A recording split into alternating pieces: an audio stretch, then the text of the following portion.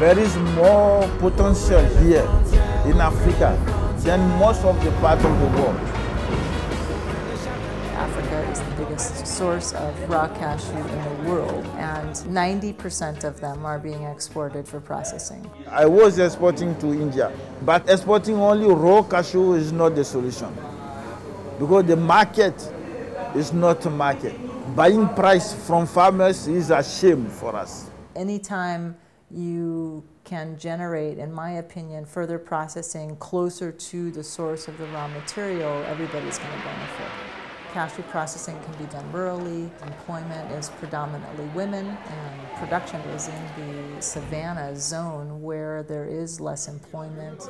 We're targeting buyers at wholesalers and retailers in the US and Europe who can make a decision if they want to tell the story saying we're doing something for you as a consumer. You get to eat good product and eat enjoyable cashews, and furthermore we're sourcing it from an area that really needs the work and has done the hard work of processing your food.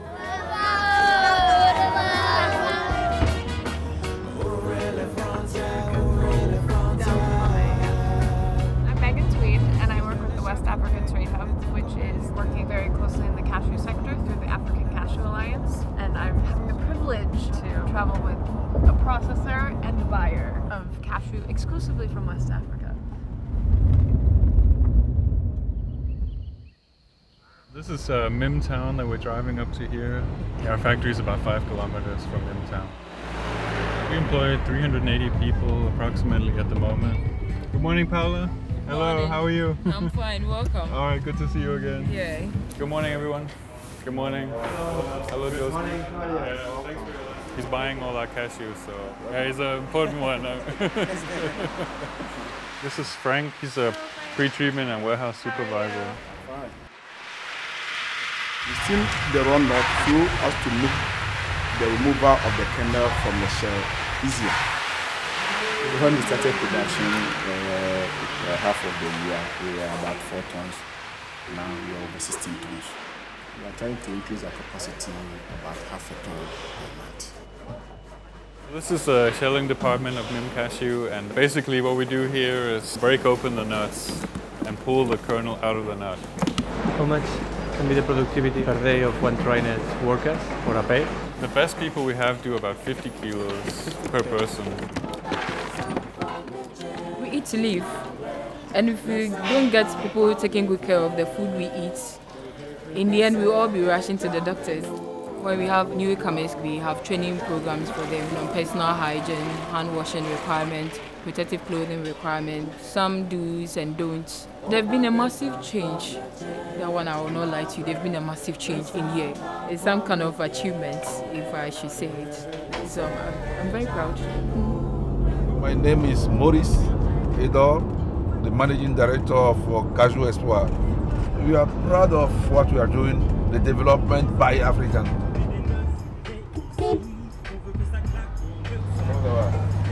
Okay, we have Richard. For me, the main interest when I'm visiting a factory is not only to work, it's also to learn.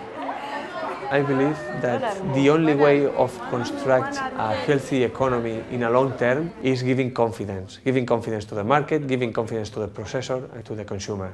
This means that you have to be more than a buyer, a partner. Can I try? Yeah, go ahead. To be sure that the whole value chain is winning in this process. Avant, là, ils quittaient leur mari pour aller au Nigeria. Ils abandonnaient leur mari ici et puis ils partent. Au retour, ils se retrouvent. Mais maintenant, là, ils se déplacent. Ils sont ensemble, il n'y a plus de problème. Before, women would have to leave their husbands to go find work, and now the families stay together because they can work here in the village.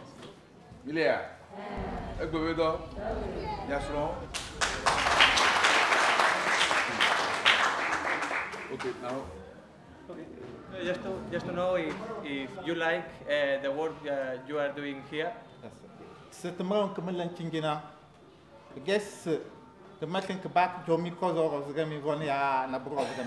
If you could show this to the rest of the world, that it's possible the growing in Africa, maybe other companies of the private sector comes here. So for me, it's a success if in the future more companies of the private sector are focused on Africa, are focused in the economic growth of the continent.